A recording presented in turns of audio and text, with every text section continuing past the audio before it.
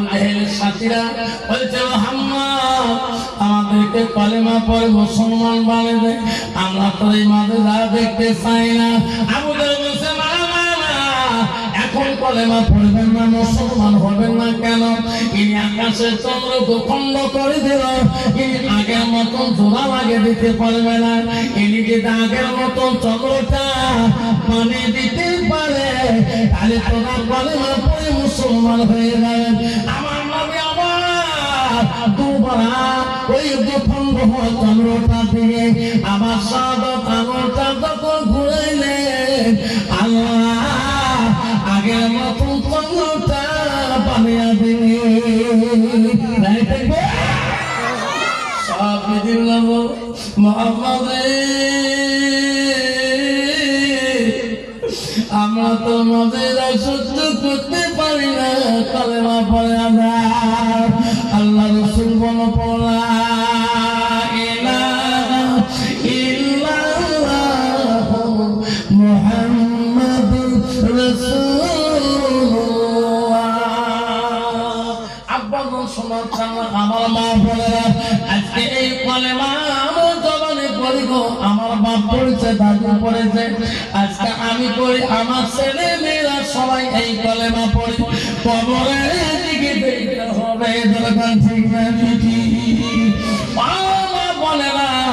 জান্নাত যদি যেতে সম্মান আমরা হযরতে মা আয়েশা মতন গুণবতী নারীর মতন মা গুণ মানে নাও।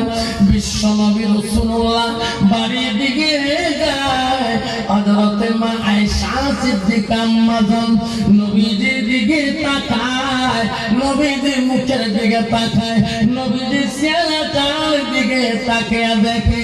নবী বলে আয়েশা রে আয়েশা, আমি বাড়ির দিকে আসলে আমার দিকে কেন বা তাকাও, আমার চেহারাটার দিকে কেন তাকাও? আয়েশা বলছে হুজুর আপনি বাড়ির দিকে আসলে আপনার চেহারাটা দেখলে মুখের দিকে তাকাইলে আমার আয়েশার কলিজাটা ঠান্ডা হয়ে যায়। বাবা বর্তমান যুগে নারী স্বামী বাড়ি গেলে কোনোদিন ওই মেয়েটার কলিজা ঠান্ডা হয় গো না। বর্তমান যুগের নারী স্বামী বাড়ি গেলে একজন নারী আছে মাগুর মাছের মতো আছে না নাই বাবা শোনার চালা কেন বলাই মেয়েটা? কারণ মেয়েটার ভিতরে এলিমের অভাব, ওই মেয়েটার ভিতরে আল্লাহর কোরআনের অভাব। ওই মেয়েটা আল্লাহওয়ালা মুত্তাকিন মুত্তাকিন আল্লাহওয়ালা পরহেজগার হতো, ওই মেয়েটার দ্বারা স্বামী কষ্ট পাইত না, ওই মেয়েটার দ্বারা পর্দার ক্ষতি হতো না, ওই মেয়েটার দ্বারা শ্বশুর কষ্ট পাইত না, ওই মেয়েটার দ্বারা শাশুড়ি মা কষ্ট পাইত না, ওই মেয়েটার দ্বারা দেওর কষ্ট পাইত না, ওই মেয়েটার দ্বারা নমুনা কষ্ট পাইত না, ওই মেয়েটার বৌমাটার দ্বারা পাড়া মানুষ কষ্ট পাইত না। যদি মেয়েটা আল্লাহওয়ালা মুত্তাকিন পরহেজগার হয়, যেরকম সুবহানাল্লাহ। শোনার কারণে বন্ধুরে ও বন্ধু শুনে রাখো মা বোনেরা, বিশ্ব নবী রাসূলুল্লাহ বাড়ির দিকে গেলেন। আয়েশা মা আম্মাজান নবীজিকে খানা খাইতে দিলেন। নবীজি খানা খায়, আয়েশা নবীজির সঙ্গে একে পেলায় খানা খায়। আয়েশা হায় রে আয়েশা গোশ খেয়ে হাড্ডি গুলো রেখে দেয়। আয়েশা আম্মাজানের তামরা হাড্ডি রাসূলুল্লাহ চুষি চুষি রস খায়। মায়ের সাথে সাথে ঠোঁটা লাগে পানি পান করে রে, আমার নবী সেই সাথে ঠোঁট লাগে পানি পান করে। মায়ের সাবজুদু আমি হাগুসকে হাড্ডি গুলো রেখে দিলাম, আমার কামড়া হাড্ডি গুলো আপনি কেন খাইলেন?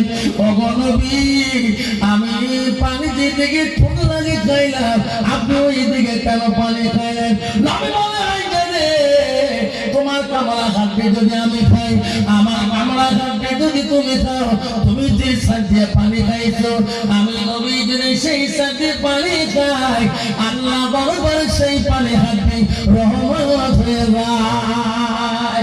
আমার উম্মত উম্মতিরা খাবে, স্বামী স্ত্রী খাবে, আমি রাসূলুল্লাহ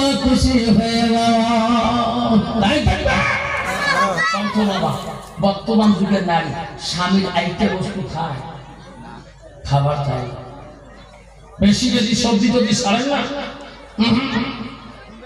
বুঝলেন? আফসার মামা কয়ে দিছে স্বামীর আইটে বস্তু খাইতে হয়, যদি ছাড়ে কোনো কারণে খাবে খাইতে বাবারা শোনার টানা আমারা ও মা বোনেরা শুনে রাখো মা, আমার বিশ্ব নবী বাড়ির দিকে চলে আসলেন। আমার নবী কেমন বিবিগণকে ভালোবাসছিলেন মা, আমার রাসূল বাড়ির দিকে এসে দেখে সব বিবিরা কামে ব্যস্ত আছে, একদম বিবি কোনো কাজের মধ্যে ব্যস্ত না। আমার রাসূল বলল ও বিবি রে, সবাই কাজে ব্যস্ত আছে, তুমি কেন কাম করো না? বাবা যার স্ত্রী আছে একটা, পরে যদি আরেকটা করে তোমরা ভুল করবে, রহিমুদ্দিন কপাল। আগে একটা বউ ছিল তাহলে মাথার তেল বসে, যারা দুইটে বউ, একজন পায়ের বসে একজন মাথার বসে। রহিমুদ্দিনের জন্য মাথার বসে না পায়ের বসা, যখন ঠিক খবর নিয়ে দেখেন ওই বাড়ি যাবো সাহস পায় না, ঠিক না বিঠি? তার দুইটে বউ আছে, খবর নিয়ে দেখবে ওই বাজার থেকে বাড়ি যাওয়ার